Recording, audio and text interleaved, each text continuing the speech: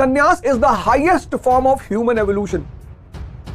मानव के विकास की उच्चतम स्थिति है संन्यास। जैसे मैंने बहुत लोगों को सुना है, वो कहते हैं कि अगर आप संन्यास के रास्ते पे जा रहे हैं तो जीवन व्यर्थ हो जाएगा। क्यों हो जाएगा? संन्यास ऐसी कोई चीज नहीं है कि आप अगर सन्यासी हो गए तो फिर जीवन व्यर्थ चला गया, आपने परिवार छोड़ दिया, समाज छोड़ दिया, माँ बाप छोड़ दिया, कुछ भी नहीं है। इसलिए संन्यास से घबराइए मत। अब संन्यास के रास्ते पे अगर चलना है तो उस रास्ते को जानना पड़े, रास्ता जानना पड़ेगा। बिना रास्ता जाने आप चल ही नहीं सकते।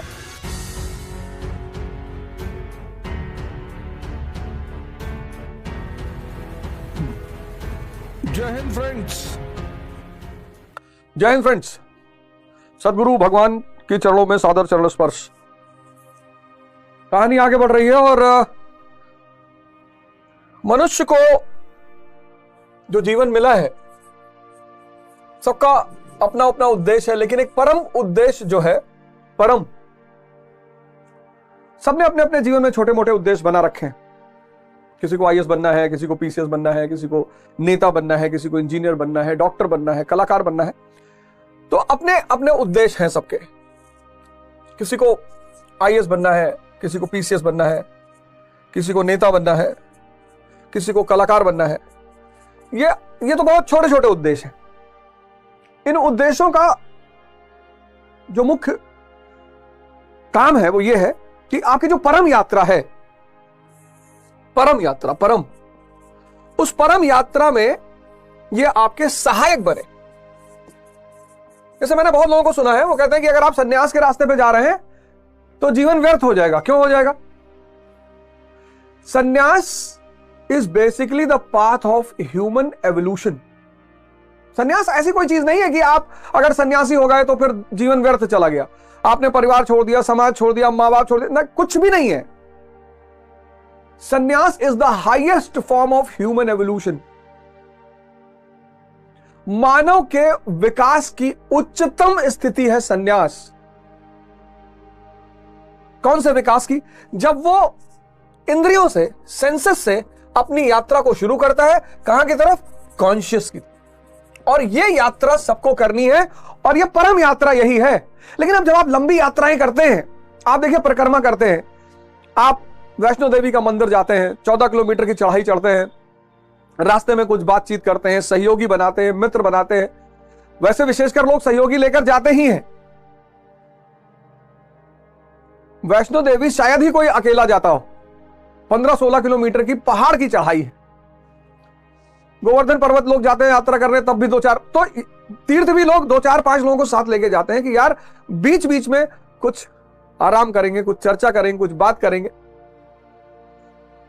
परम यात्रा, जो हर व्यक्ति की परम यात्रा है, वो ये सेंसेस से कॉन्शियस तक, निम्न से निम्न, यानी from the lower level to the highest level. ये मानव के जीवन का परम गोल है। ये सब गोल नहीं है। ये तो बीच बीच में आपने थोड़ा आराम कर लिया, थोड़ी मस्ती कर ली। अब आप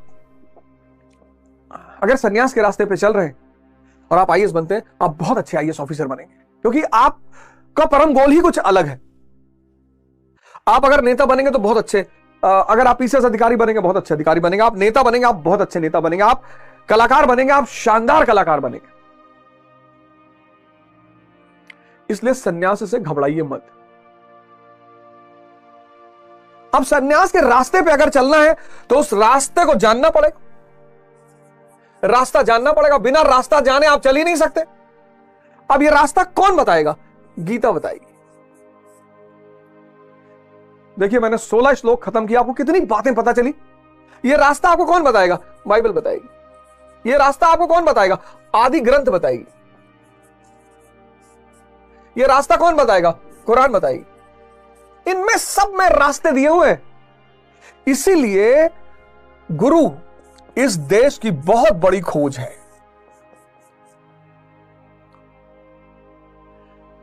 गुरु इस देश की बहुत बड़ी खोज है, क्योंकि यह गुरूर को खत्म करके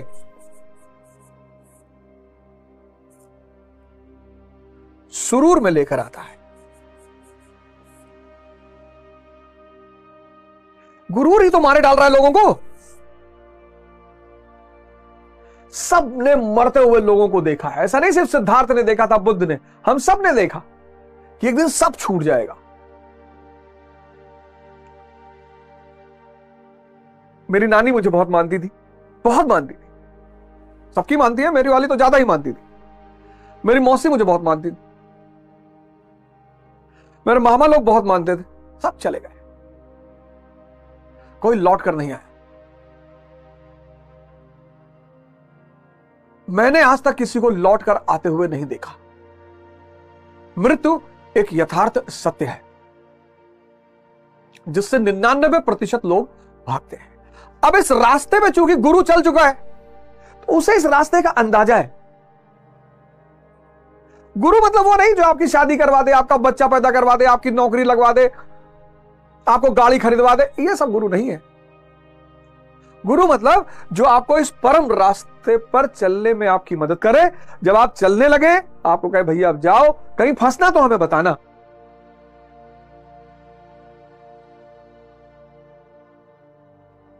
अब पिछले श्लोक में जो हमने चर्चा की, जो ग्राफ मैंने आपको बनाकर दिया, श्री कृष्ण यानी चेतना, साइंस जिसको डार्क मैटर कहता है, पांचजन्य नामक शंख बजाता है। चेतना पांचजन्य शंख बजाती, पांचजन्य।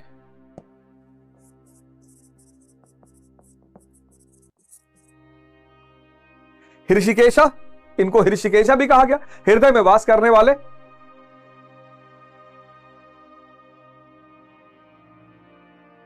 पांचजन्य शंख, पांचों इंद्रियों, पांचों दरवाजों से जो धारा बाहर की तरफ बह रही चेतना की, उसको ये अंदर की तरफ लेकर आते हैं और धारा बन जाती है राधा। और राधा का कृष्ण से मिलन हो जाता है और व्यक्ति मुक्त हो जाता है। अर्जुन देवदत्त नामक शंख बजाते हैं। दैवीय जो शक्तियां उनको अपने अधीन कर लेते हैं। भीम पौंड्र नामक शंख बजाते हैं। प्रीत युधिष्ठिर अनंत विजयम, धर्म की ही हमेशा विजय होगी, अनंत विजय। नकुल सुघोष, सत्य की घोषणा। और सहदेव मणिपुष्पक, यानी निरंतर मणि रूप श्वास पर ध्यान। जब आंख बंद करते हैं आप तो ना आपको मन दिखाई पड़ता है, ना आपको हृदय दिखाई पड़ता है, ना किडनी दिखाई पड़ती, ना लीवर दिखाई पड़ता है। आपको आंख बंद करके अगर कोई चीज दिखाई पड़ती है तो वो है आपकी श्वास।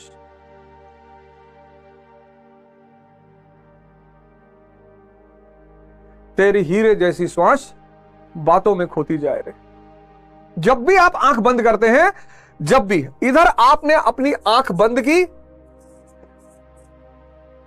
उधर आपको एक ही चीज दिखाई पड़ेगी, वो है श्वास। और जैसे ही आपको श्वास दिखाई पड़ेगी मन रुक जाएगा। कितना प्यारा रिलेशन है ये संभव ही नहीं। आप ट्राई करके देखिए, आप बैठे हुए हैं ना, आप ट्राई करके देखिए, आप आंख बंद करिए और श्वास देखिए और सोचिए विचार चले, संभव ही नहीं है। और विचारों से मुक्त होना है।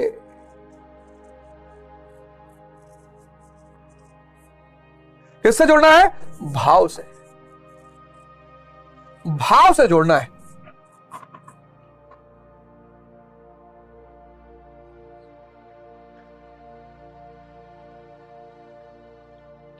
मैं सभी से आवाहन करूंगा, आप सब संन्यास के रास्ते का वर्ण करें। परम उद्देश्य, परम मानव जीवन का परम उद्देश्य, इंद्रियों से चेतना की तरफ की यात्रा। उस यात्रा में आप विवाह करें, परिवार बनाएं, समाज बनाएं, आप आईएएस बने, आप नेता बने, सब कुछ करें, कोई दिक्कत ही नहीं है।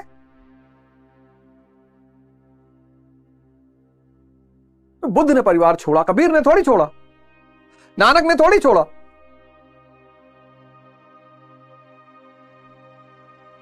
उस रास्ते की एक किताबें हैं, उन किताबों को कोई गुरु ही बता सकता है, वो भी सदगुरु, मतलब जो उस रास्ते से गुजरा हो और जो जागृत हो। बाकी आप किसी से भी पढ़िए। गीता पर कितनी सारी टीकाएं हैं, अगर आप गीता की सारी टीकाएं पढ़िए तो कितनी सारी टीकाएं, वो गुरु जो उस स्थिति में अब आ चुका हो जिस स्थिति में कभी श्री कृष्ण थे। लगभग सारे मुसलमान कुरान पढ़ते हैं, पर मैं बहुत कम मुसलमानों को देखता हूं जो मोहम्मद साहब की स्थिति जैसा दिखाई पड़ते हैं। बहुत सारे सिख भाई हमारे हैं, बहन है, जो आदि ग्रंथ पढ़ते हैं, लेकिन जिस स्थिति में गुरु नानक जी थे,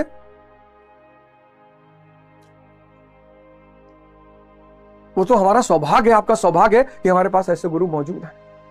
तो इन लोगों ने अपने अपने उद्देश्यों की घोषणा की कि भैया हम तो आपकी धारा को राधा बना देंगे। इन्होंने कहा साहब दैवीय शक्तियां आपके अधीन रहेंगी। इन्होंने कहा साहब प्रीत के माध्यम से भाव का संचार होगा। इन्होंने कहा आपकी ही विजय होगी, घबराने की कोई जरूरत नहीं है। इन्होंने कहा साहब जैसे जैसे सत्य घटता जाएगा, जैसे जैसे शुभ घटता जाएगा, आपका उत्साह बढ़ता जाएगा। इन्होंने कहा साहब सांस पे ध्यान रखिए बस। यानी कुल मिलाकर एक साधक को इष्ट की शरण में रहना है। जब तक इष्ट नहीं मिल जाता उसकी पूर्ति गुरु करेंगे, फिर दैवीय शक्तियां, फिर प्रीति,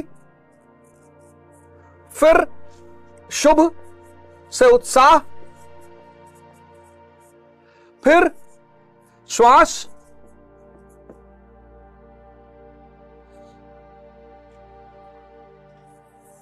फिर धर्म। इन सारे शब्दों को उसे समझना होगा।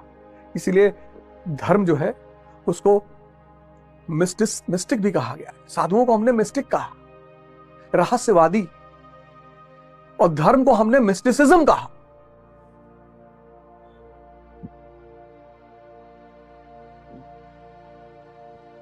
रास्ते बताए जा सकते हैं, मंजिल क्या है यह किसी को नहीं पता। मंजिल में क्या होता है यह किसी को नहीं पता।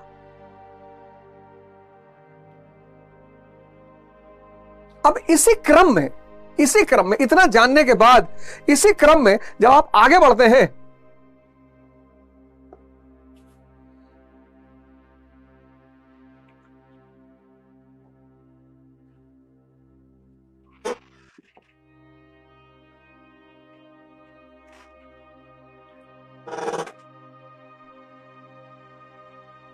इसी क्रम में जब आप आगे बढ़ते हैं तो 16वां श्लोक कहता है काश्यश्च परमेश्वशा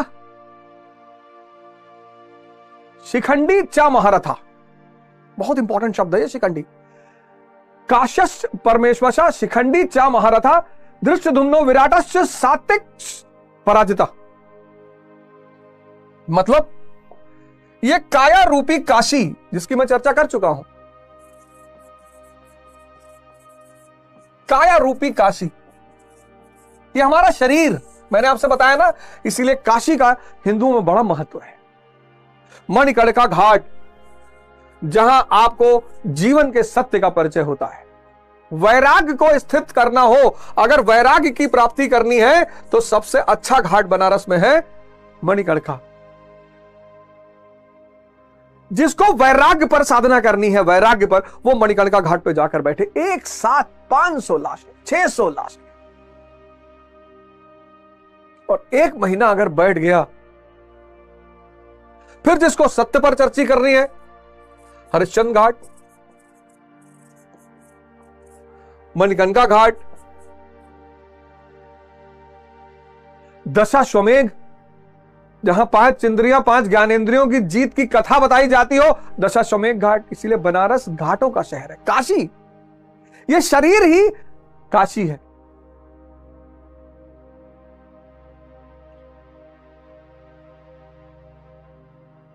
ये शरीर ही काशी है। और जब मन सहित इंद्रियों को समेट कर व्यक्ति अपने शरीर में ही स्थित कर लेता है, तो इस शरीर में मन सहित इंद्रियों को समेट कर जब व्यक्ति अपने शरीर में ही स्थापित कर लेता है, तो परमेश्वासा, उस शरीर में परमात्मा का वास हो जाता है। शरीर में क्या हो जाता है? परमात्मा का वास। इंद्रियों को बुरा नहीं मानना है। अज्ञानतावश ये इंद्रियां बाहर निकलती हैं। सर मैं तो उसका व्यक्तिगत उदाहरण हूं जीवन में। ये जो स्त्री को आप देखते हो और आपके मन में इच्छा उसे भोगने की उठती है सर, सबको उठती है सर। जब तक इंद्रियां बाहर भाग रही हैं, इंद्रियां दुश्मन नहीं है, अज्ञानता का शिकार है। जब तक ये इग्नोरेंट है, जब तक ये ऋषिकेश के कमांड में नहीं है, तभी तक इनसे गुनाह होता है। और चूंकि वो अज्ञान में हो रहा है, कहते ना ईश्वर सबको माफ कर देता, करेगा ही, करेगा ही, क्योंकि कोई ज्ञानी अगर गुनाह करे फिर तो उसकी माफी नहीं है। अब बुद्ध निर्वाण प्राप्त करने के बाद अगर आम्रपाली के पास प्रेम का प्रस्ताव लेकर जाते कि मैं तुमसे विवाह करना चाहता हूं, बच्चा पैदा करना चाहता हूं, तुम्हें भोगना चाहता हूं, तब माफी नहीं थी। लेकिन अगर सिद्धार्थ जा रहा है तो माफी है, क्योंकि सिद्धार्थ अज्ञानता में जा रहा है, सिद्धार्थ को पता नहीं है। लेकिन बुद्ध, हम सब इस स्तर पर जीते, हम सब। इसलिए मैं आपसे कहता हूं, पश्चाताप ना लाएं अपने मन में, तपस्या लाएं। पश्चाताप व्यक्ति को दुखी करता है, निराश करता है, दर्द देता है। तपस्या लाएं, तपस्या। गुरु की शरण में रहें और तपस्या लाएं। तो जब ये काया रूपी काशी बन सहित इंद्रियों को बाहर से समेटकर अपने अंदर ही स्थित कर लेता है, तब उस शरीर में परमात्मा का वास हो जाता है। इसलिए तो हम गुरु महाराज को भगवान श्री कृष्ण का अवतार कहते हैं। इस देश में जो भी जागृत हो गया वो श्री कृष्ण है, क्योंकि अब उसकी आत्मा पर किसका अधिकार है? ऋषिकेशा का। ऋषिकेशा यानी श्री कृष्ण।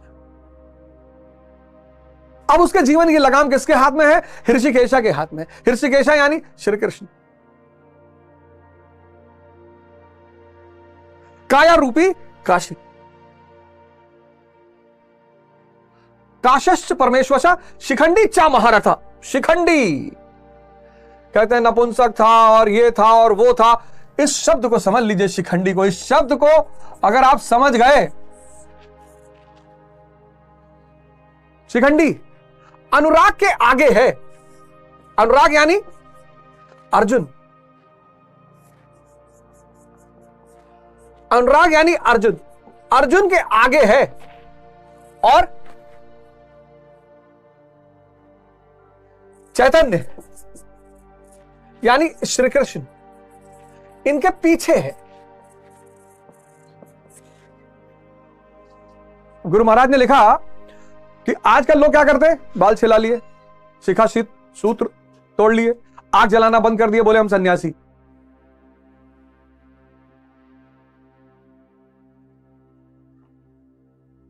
बाल सेव करा लिए, शिखा सूत्र तोड़ दिए, बोले हम सन्यासी। आग जलाना बंद कर दिए, बोले हम सन्यासी।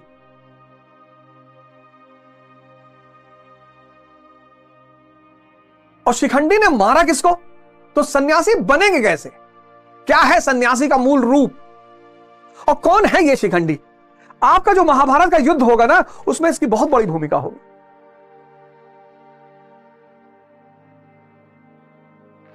शिखंडी है चिंतन पद्धति।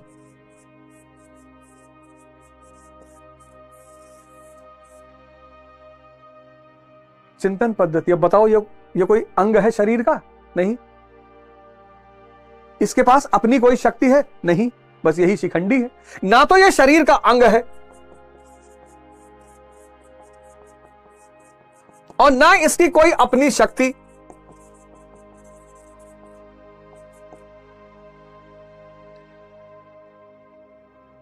ना तो ये शरीर का अंग है चिंतन पद्धति, और ना इसकी कोई अपनी शक्ति। तो ये हो गया शिखंडी। लेकिन है बहुत ताकतवर, है बहुत ताकतवर। आज का जो मनुष्य है, आप देखो, बच्चा मस्त है, युवा व्यस्त है,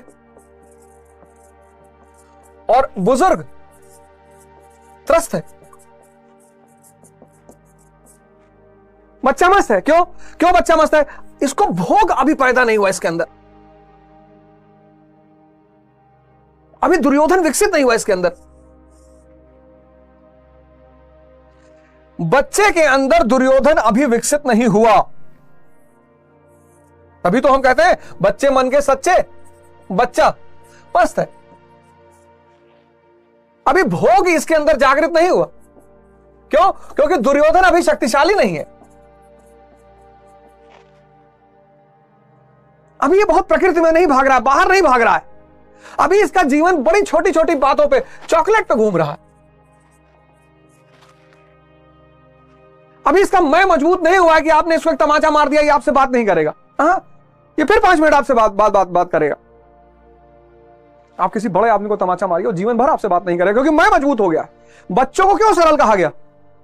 बच्चे मन के सच्चे, बच्चे परमात्मा का अवतार है, क्योंकि बच्चों में मैं ताकतवर नहीं होता। मैं यानी दुर्योधन। बच्चों में भोग अभी शक्तिशाली नहीं है। चॉकलेट। 4 बच्चे हैं, आप देखिए बाहर खेलते हुए पार्क में, बालू उठा उठा के ऊपर ऊपर डाल रहे हैं, खाली बोतल सजा रहे हैं। माँ बाप डांट रहे कि अरे फेंक दे बोतल, खाली हो गई, कचरा है। उसी को सजा रहे हैं, उसी को जोड़ रहे हैं। ईंटों को जोड़ के घर बना रहे हैं। यहां जिनका घर बना हुआ कह रहे हैं यार ये घर ठीक है नहीं, इसमें टाइल्स नहीं बढ़िया लगा हुआ है। बच्चे की सरलता का आधार यह है क्योंकि उसमें दुर्योधन विकसित नहीं है। दुर्योधन यानी मैं। युवा का मैं विकसित हो गया, दुर्योधन विकसित हो गया है। अब इसको कुछ बनना है, और सिर्फ बनना नहीं है। अब इसको कुछ बनना है और सिर्फ बनना नहीं है, भोगना भी है बनने के बाद। ना ये कुछ बन पाएगा ना कुछ भोग पाएगा, क्योंकि मैं की कोई अस्तित्व ही नहीं है। ये तो भ्रम है, माया।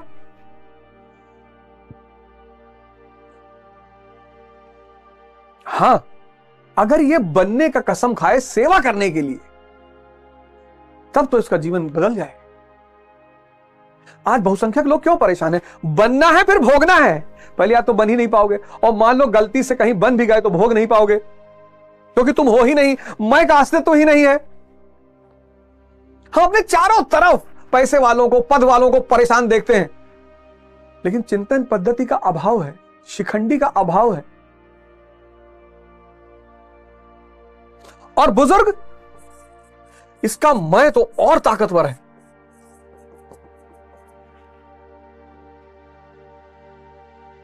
पर काशी कमजोर हो गया है, शरीर इसकी काशी जीर्ण हो गई है, सर खत्म। तमन्ना बहुत है, ताकत नहीं है। तो तमन्ना होए और ताकत ना होने से क्या फायदा हो गया? फ्रस्ट्रेशन पैदा हो गया। ये रोगों का शिकार हो जाता है, आईसीयू में पड़ा है, भुगत रहा है। यही नर्क है। अगर इस उम्र में 70 प्लस के बाद आपकी दृष्टि अच्छी है, आपका काया अच्छी है, 100 तक पहुंचते पहुंचते तो किसी की भी जीर्ण शीर्ण हो जाएगी। लेकिन अगर काशी खराब हो जाए, स्वामी करमवीर को देखिए, पुरकाशी में आश्रम है, पतंजलि आश्रम, 70 प्लस उम्र है, और चैलेंज करते हैं, चुनौती, कि कोई 17 साल का लड़का उनको हरा नहीं सकता, ना तो कुश्ती में, ना दौड़ में, ना भाग में। मस्त शरीर।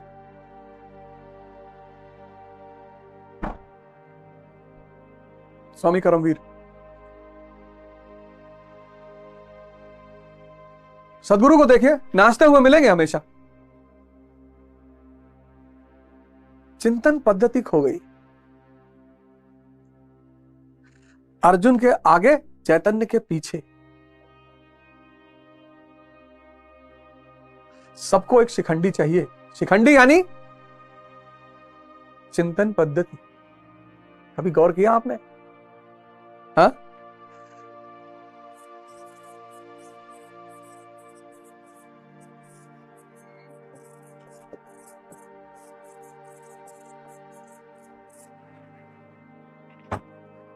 शिखंडी, शिखंडी यानी चिंतन पद्धति।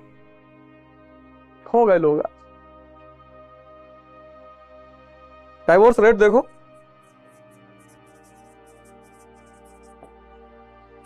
डाइवोर्स रेट देखो। व्यक्ति की मां से जो उसका संबंध है वो सिर्फ भाव से संबंध है। इसलिए व्यक्ति अपनी मां की शरीर पर ध्यान नहीं देता, छोटी है कि लंबी है कि काली है कि गोरी है कि नाक चिपटी है, और यह भाव उसको जीवन भर आनंदित रखता है। लेकिन पत्नी में वो भाव नहीं देखता।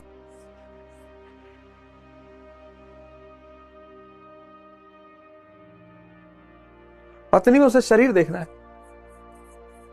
इसीलिए दुनिया के सारे पुरुष पीटे जाते हैं। जो भी पत्नी दंश का शिकार हैं, वो इसीलिए शिकार है क्योंकि जीवन तो आपका इससे कटेगा ना, जीवन इससे तो कटेगा नहीं। नहीं तो वैश्याएं एक से एक सुंदर हैं, जाइए निकाल लाइए, किसी से विवाह कर लीजिए। वैश्यावृत्ति को, प्रोस्टिट्यूशन को क्यों पाप कहा गया? वैश्यावृत्ति, आप एक स्त्री को धन देते हैं, उसके बदले में आप उसकी शरीर लेते हैं। यह देखिए, और दोनों मैटर है, चैतन्य नहीं है। यह भी धन, इसलिए दोनों को माया कहा गया भोग की दृष्टि से। माया का मतलब कुछ है नहीं, दिखाई पड़ता है। जैसे आप रेगिस्तान में जा रहे हैं और दूर आपको पानी नजर आ रहा है सूरज की किरणों की वजह से, लेकिन जब आप वहां पहुंचते हैं वहां पानी है नहीं, माया। तभी तो कबीर ने कहा, माया छाया एक सी बिरला जाने कोई। छाया दिखाई पड़ती है, होती नहीं है। वैश्यावृत्ति इसीलिए पाप है।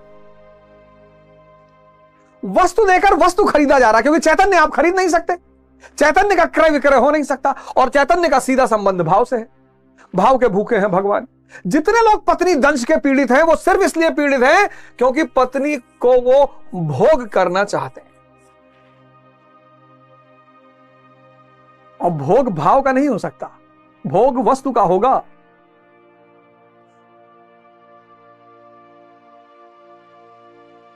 और शिखंडी मारेगा, यही शिखंडी मारेगा किसको? भीष्म को। गौर करिए, भीष्म यानी भ्रम। भीष्म को क्या है? इच्छा मृत्यु है।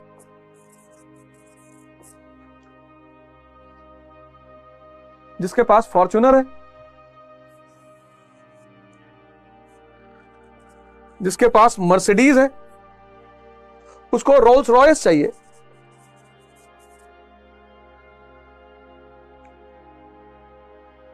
इच्छा। जिसके पास विला है, उसको मैंशन चाहिए। जो करोड़पति है, उसको अरबपति बनना है।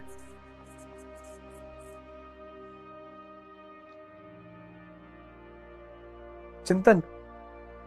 संत का जीवन किस पे चलता है? जरूरतों पे।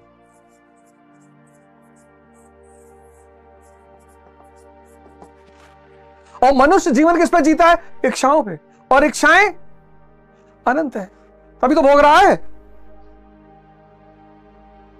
अब गुरु महाराज के पास आश्रम में जाइए, उनके अपने नाम पे कुछ भी नहीं है, लेकिन जिन जिन चीजों की उन्हें जरूरत है, जब व्यक्ति जागृत हो जाता है ना, तो माया उसकी दासी हो जाती है। हिंदुओं ने ऐसी ऐसी फोटो बनाई, ऐसी ऐसी पिक्चर बनाई है हिंदुओं ने, अरे जिसका कोई जवाब नहीं। तो भगवान विष्णु को दिखाया है क्षीर सागर में लेटे हुए नागराज पे, इंद्रियों पर लेटे हैं, इंद्रियां उन पर हावी नहीं है। और भगवान विष्णु की सेवा कौन कर रहा है? लक्ष्मी। लक्ष्मी यानी माया। इतना दुष्प्रचार किया गया भारत की संन्यास परंपरा और संत परंपरा पे कि तुम भिखमंगे हो जाओगे, तुम्हारे पास कुछ रहेगा नहीं, और गरीब हो जाओगे, तुम्हारी कोई औकात नहीं रहेगी। जो जाग गया वो विष्णु हो गया, जो विष्णु हो गया लक्ष्मी यानी माया उसकी पैर दबाने लगी। बोलो क्या चाहिए? जिस चीज की उसकी जरूरत होती है, माया खुद ही लाकर देती है। भगवान ने जरूरतों का ठेका ले रखा है, इच्छाओं का नहीं ले रखा। इसने जितने लोग इच्छा लेके भगवान के पास जाते हैं, वो सब भगवान से निराश हैं। भगवान ने हमारी जरूरतों का ठेका ले रखा है, भगवान ने हमारी इच्छाओं का ठेका नहीं ले रखा है। इसलिए जितने लोग इच्छा लेकर भगवान और गुरु के पास जाते हैं वो सब निराश, सब। 10 साल जाई थे आश्रम, कुछ हमारा सिलेक्शन है नहीं बा, तुम्हारे सिलेक्शन कराने ठेका लिए गुरु महाराज।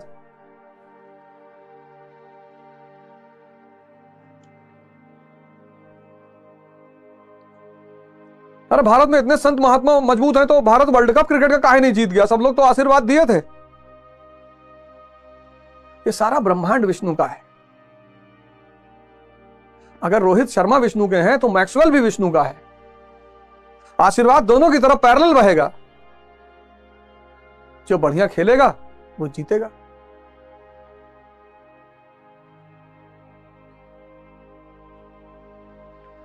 ऐसा नहीं कि भगवान सिर्फ रोहित शर्मा के हैं, कि रोहित शर्मा मंदिर गए, माला चढ़ाए, फूल चढ़ाए और रोहित शर्मा 501 रुपया चढ़ाए तो भगवान इनको वर्ल्ड कप जिता देगा। फिर तो भगवान पुरोहित हो गया, फिर तो वो धंधा करने वाला हो गया, बिजनेसमैन हो गया। भगवान सबका है, वो मैक्सवेल का भी उतना ही है। इसीलिए बहुत नास्तिक लोग दुनिया में बड़े मस्ती में रहते हैं। भगवान का आशीर्वाद दोनों के ऊपर बह रहा है।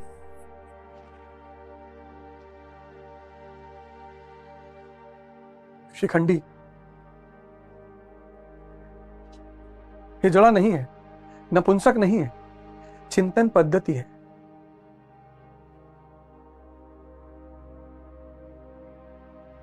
कलयुग मतलब बहुसंख्यक प्रजा का चिंतन पद्धति खत्म हो गया।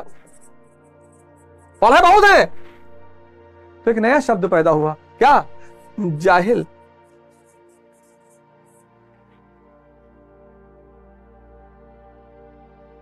ध्यान क्या करता है? इस चिंतन पद्धति को ताकत देता है।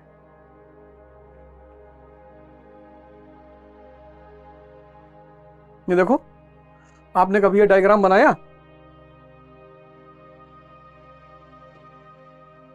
ये कि बच्चा मस्त क्यों है? जीसस क्राइस्ट ने कहा कि स्वर्ग के अधिकारी वही होंगे जो फिर से बच्चे बन जाएंगे, निर्मल। मैं का अंत।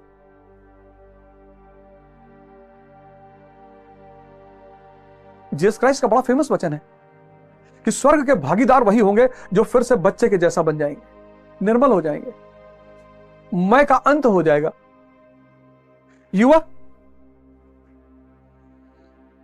युवा को सन्यास के रास्ते पर चलना शुरू करना चाहिए। सभी युवा को डरने की जरूरत नहीं है, यह परम उद्देश्य है। गुरु को शरण में आइए और परम उद्देश्य की तरफ आगे बढ़िए। और इस यात्रा के बीच में आप आईएएस बन जाइए, पीसीएस बन जाइए। साधना आपको बाधा थोड़ी करेगी, मजबूत करेगी आपको। लेकिन आईएएस बनने के लिए ध्यान मत करिए।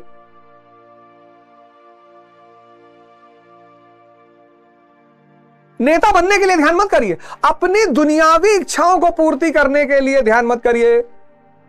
अपनी संसारिक इच्छाओं को पूरा करने के लिए ध्यान मत करिए। स्त्री पाने के लिए ध्यान मत करिए, नौकरी पाने के लिए ध्यान मत करिए, पैसा पाने के लिए ध्यान मत करिए।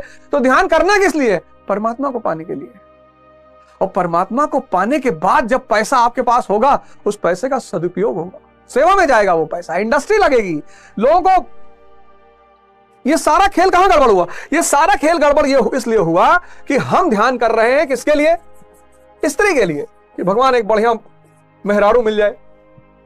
धन के लिए,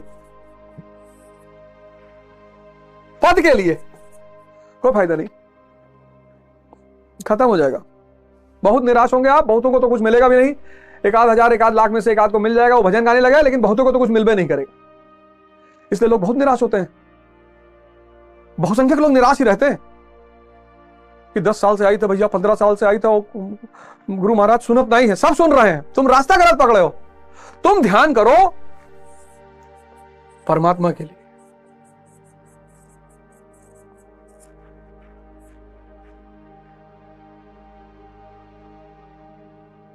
और इस रास्ते में तुमको स्त्री मिल जाएगी, बड़ी खुश रहेगी तुमसे।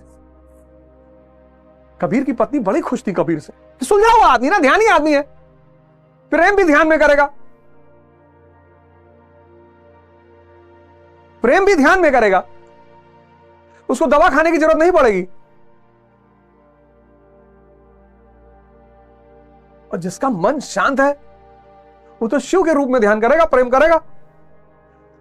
तो ध्यानी पुरुष जब स्त्री के साथ रहेगा तो ध्यानी पुरुष शिव बन जाएगा और स्त्री पार्वती बन जाएगी। और ध्यानी को अगर धन मिल गया, सेवा में लगा देगा। ध्यानी अगर अंबानी बन गया, सेवा में लगा देगा और 10 इंडस्ट्री खड़ी कर देगा। अपने तो चप्पल पहन के चलेगा और लोगों को नौकरियां मिलेंगी और परिवार बसेंगे और खुशी आएगी। ध्यानी अगर प्रधानमंत्री बन गया राजा जनक की तरह, श्रेष्ठतम राजा साबित होगा।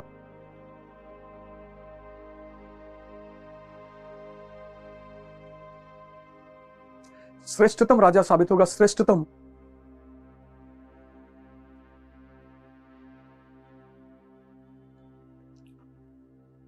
शिखंडी चिंतन पद्धति।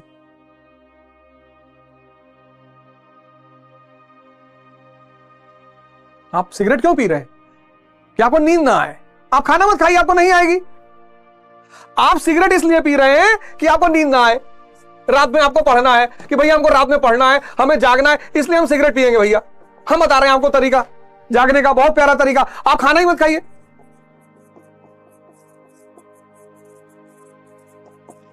6 घंटा पढ़ना है, 6 घंटा खाना ही मत खाइए।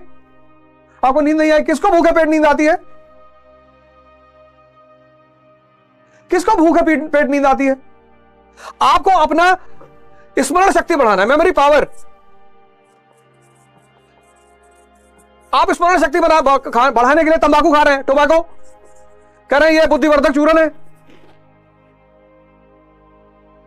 मैं बता रहा हूं आप फास्टिंग करिए, फास्ट रखिए। पढ़ते वक्त आप कुछ मत खाइए।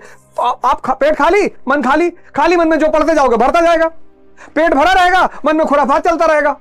चाची बुआ काकी नानी मौसी, तो जब काकी नानी मौसी चलता रहेगा तो आर्किमिडीज घुसबे नहीं करेगा। ये सब संन्यास के रास्ते हैं, ये सब चिंतन पद्धति का परिणाम है। हमको भी किसी जमाने में लगता था कि अगर दुनिया में सब स्त्री मिल जाए तो मजा आ जाए यार। जिस रास्ते से तुम गुजर रहे हो उसी से मैं भी गुजरा हूं। हमको भी हर स्त्री देख के लगता था कि गुरु,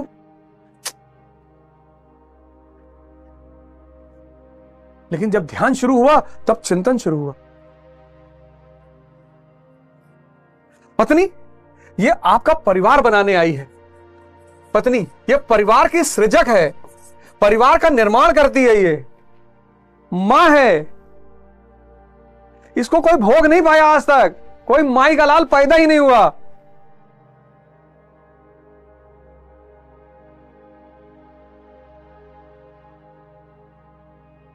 कोई माई का लाल पैदा ही नहीं हुआ। हमको ये बात बड़ी परेशान करती थी कि यार मौसी दादी नानी मां बहन इस रूप में तो स्त्रियां कभी नहीं परेशान करती यार, पत्नी के रूप में क्यों परेशान करती। तब ये राज खुला चिंतन पद्धति से कि हम उन्हें भोगना चाहते हैं, हम उनके सिर्फ शरीर से जोड़ना चाहते हैं, हमें उनके भाव से कोई मतलब नहीं है। आप खुद सोच के देखो कि आपके भाव से कोई मतलब नहीं है।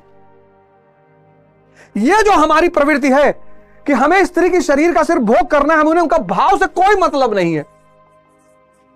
महीने में एक समय होता है जब उनके पीड़ा का समय होता है, सारी स्त्रियों को होता है। महीने का एक समय स्त्री की पीड़ा का समय है।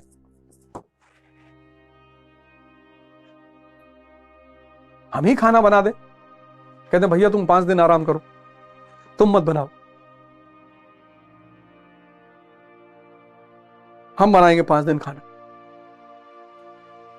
हमें प्रेम कब मिलेगा? जब हम किसी के भाव का सम्मान करेंगे।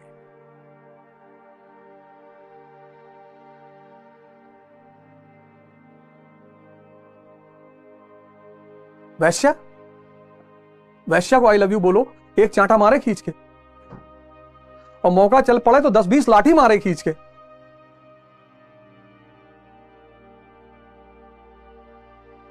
गाना है बड़ा पुराना, तवायफ कहां किसी के साथ मोहब्बत करती है, मगर अगर करती है तो फिर कयामत करती है। वही चीज तो उसके जीवन में मिसिंग है। वो जानती पुरुष आया पैसा देगा, शरीर का भोग करेगा, चला जाएगा, इसको क्या पता भाव क्या होता है।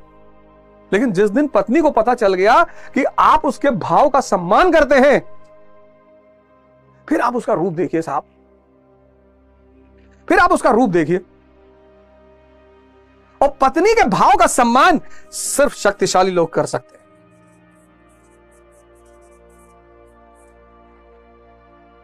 मरा हुआ आदमी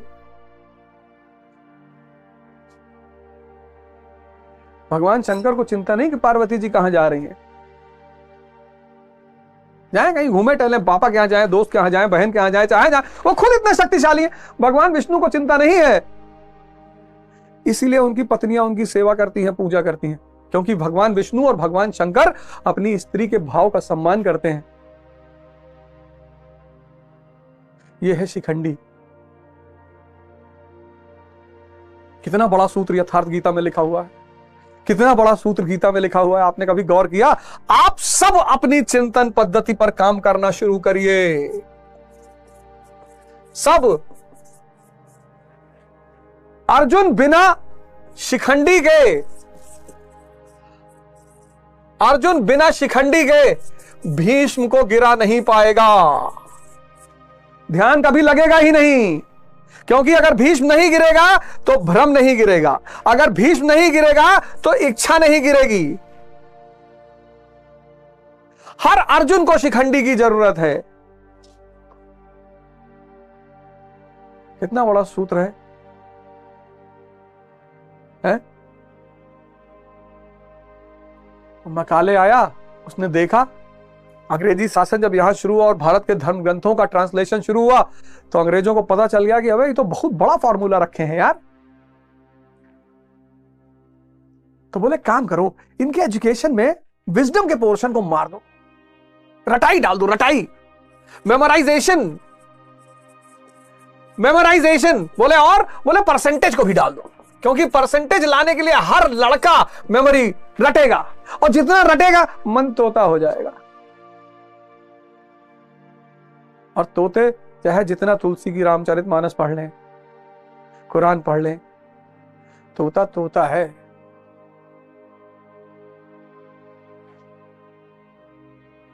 तोते का पढ़ना ना पढ़ना सब बराबर है। तोते को चाहे लंदन पढ़ाओ, चाहे लैंसडाउन पढ़ाओ, चाहे देहरादून पढ़ाओ, चाहे शिमला पढ़ाओ, वो तोता ही रहेगा। थोड़ा बढ़िया तोता रहेगा, सोने के पिंजड़े में रहेगा। और इन तोतों के सामने जब ये नरेंद्र मोदी जैसा कोई चिंतन पद्धति वाला व्यक्ति आगे आएगा, वो प्राइम मिनिस्टर बन जाएगा।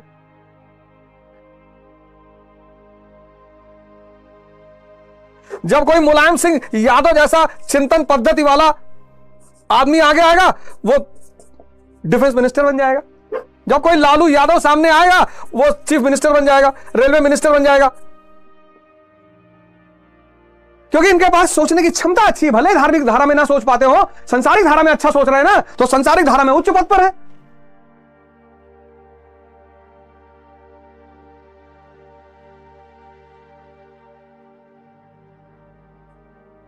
चिंतन पद्धति को लेकर आओ, नहीं ये भीष्म, ये तुमको बियर बार लेके जाएगा, लिटा लिटा कर मार डालेगा, तुम्हारी ये हालत कर देगा।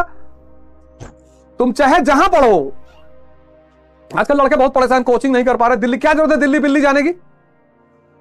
ऑनलाइन कोचिंग मौजूद है 6-6, 7-7 हजार रुपए में। क्यों आके दिल्ली पैसा खर्चा करना चाहते हो? वहीं रहो ना, दरभंगा में, खगड़िया में, बेगूसराय, गाजीपुर, आजमगढ़,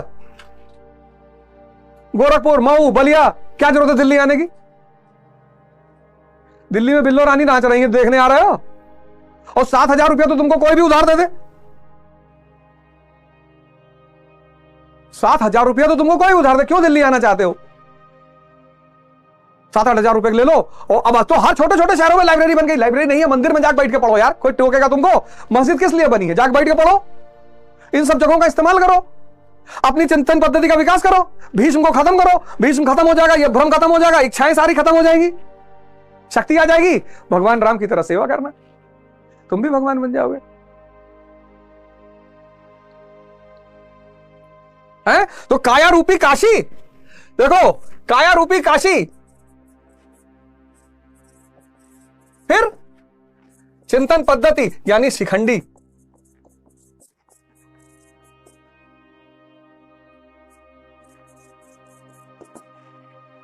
काया रूपी काशी, मन सहित इंद्रियों को अपने अंदर वास कर लेगा तो परमेश्वासा हो जाएगा, परमात्मा हो जाएगा। और चिंतन पद्धति से अर्जुन और मजबूत हो जाएगा। और उस मजबूत अर्जुन के पास धृष्टद्युम्न। अचल मन, इस अचल मन को अगर चिंतन पद्धति मिल गई, जोड़ो पवित्र शरीर के पास चिंतन पद्धति के पास अचल मन के पास विराट नामक योद्धा, जो इस ईश्वर के इस विराट रूप को देखने लगेगा। और फिर सात्विक, निरंतर सत्य का चिंतन। अब तुम हारोगे, तुम इस लोक में भी जीतोगे, तुम प्रधानमंत्री भी बनोगे और तुम परमेश्वर भी बनोगे, तुम दोनों बनोगे। वो पंचायत सीरीज वाले परमेश्वर नहीं। अगर यह स्वरूप तुम्हारा रहेगा, तुम्हारी शरीर काशी बन गई, शुद्ध, इंद्रिय और मन अंदर की तरफ आ गए, और तुम्हारे पास चिंतन पद्धति आ गई, और तुम्हारे पास अचल मन है, धृष्टद्युम्न, और उस अचल मन विराट को देखने की क्षमता डेवलप कर लेगा और निरंतर सत्य का चिंतन करेगा। ऐसा व्यक्ति सिर्फ प्राइम मिनिस्टर नहीं बनेगा, प्राइम मिनिस्टर तो बनेगा ही बनेगा, वो परमेश्वर भी बनेगा। यानी इस दुनिया में भी उसकी उपलब्धि रहेगी और उस दुनिया में भी उसकी उपलब्धि रहेगी। आओ, आपकी शिवरात्रि आओ बरचर, शक्तिशगढ़, जहां महाराज जी रुके हो, किसी भी आश्रम में जाओ, आपका जो गुरु, आप उसके पास जाओ, रोशनी लेने के लिए जाओ। अब मत जाना स्त्री मांगने, स्त्री ब्याह करा दो, नौकरी करा दो, फलाना करा दो। ये यथार्थ गीता, ये देखो, इसमें रास्ते का वर्णन है। तो सब गुरु महाराज हमसे बुलवा रहे हैं तो हम बोल रहे हैं, गुरु महाराज सब बुलवा रहे हैं। हम आश्रम जाते थे और बरचर जाते थे, तो बरचर का आश्रम तो एकदम लगता है स्वर्ग में स्थित है। और फिर नारद बाबा और आशीष बाबा और सुखीराम बाबा तो देखने में बाहर से इतने कड़क लगे कि बस अब वज्रपात ही करेंगे, मारेंगे वज्र घुमाकर एकदम से। लेकिन सुखीराम बाबा, हमको तो कभी कभी उनके चेहरे में ही भगवान दिखाई पड़ने लगता है। उनके क्रोध के पीछे जो करुणा मुझे दिखाई पड़ती है, मैं ज्यादा उनसे बात नहीं करता, क्योंकि वो ध्यान के मुद्रा में मुझे लगता है हमेशा रहते हैं, इसलिए वो चाहते हैं नहीं जल्दी कोई उनसे बात करे। उनका जो हाव भाव है, वहां बहुत सारे बाबा आपको मिलेंगे जो लगेगा कि वो क्रोधित है। वो क्रोधित बिल्कुल नहीं है। क्या बात करेंगे आपसे? ये सब आप उनको बात, ये सब पे आप चर्चा नहीं करोगे। आप बताओगे भाजपा को छत्तीसगढ़ में इतनी सीट मिल रही, उनसे क्या लेना देना है? वो पूरे ब्रह्मांड की सीट का इधर उधर न्योता करते हैं। वो सब ये छोटी मोटी राजनीति नहीं करते। वहां जितने बाबा लोग हैं, उस पूरे ब्रह्मांड में कौन सी गैलेक्सी में कितना प्लैनेट है, किस प्लैनेट पे किसको भेजना है, इस सब का डिस्कशन करते हैं। तुम छोटे आदमी, तुम्हारी छोटी सोच, तुम्हारा छोटा डिस्कशन, तुम्हारे छोटे कष्ट, तुम्हारी छोटी इच्छाएं। तो बाप से जब कोई बेटा कहता है खिलौने के हेलीकॉप्टर दिला दो, तुम मारता दो चाटा की साले इसीलिए पैदा किया कि तुम खिलौने के हेलीकॉप्टर खरीदवाओगे हमसे। अरे असली खरीद के दिखाओ, इसलिए मारता। इसलिए नहीं कि वो खिलौने का हेलीकॉप्टर नहीं दिला सकता। खिलौने का हेलीकॉप्टर 50 रुपए से लेकर 5000 तक आता है, कोई भी दिला दो। लेकिन जिस बाप के मन में क्रोध होता है, मारता है चाटा खींच के, असली खरीदो असली, और सुबह का नाश्ता उसी को बैठ के किया जाएगा। तो सुखीराम बाबा देखने से लगता है कि एकदम क्रोध में है। आशीष बाबा करुणामयी है, उनके ऊपर से करुणा दिखाई ही पड़ती है। बहुत सारे बाबा हैं, बिल्लू बाबा हैं, बहुत शांत रहते हैं। बहुत सारे बाबा बहुत शांत रहते हैं, वो वैसे भी नहीं बोलते। वहां आश्रम में आपको बहुत सारे बाबा मिलेंगे जो बड़ा क्रोधित, वो क्रोधित नहीं रहते हैं, वो सिर्फ इस स्थिति में रहते हैं कि भैया दूर रहो हमसे, हमें छोटी मोटी बातें नहीं करनी। आए हो, जो मांगने आए हो मांग लो, उनकी इच्छा होगी दे देंगे और निकल लो धीरे से।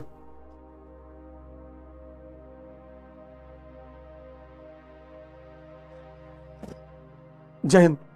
गुरु महाराज की चरणों में सादर रमन, सादर वंदन।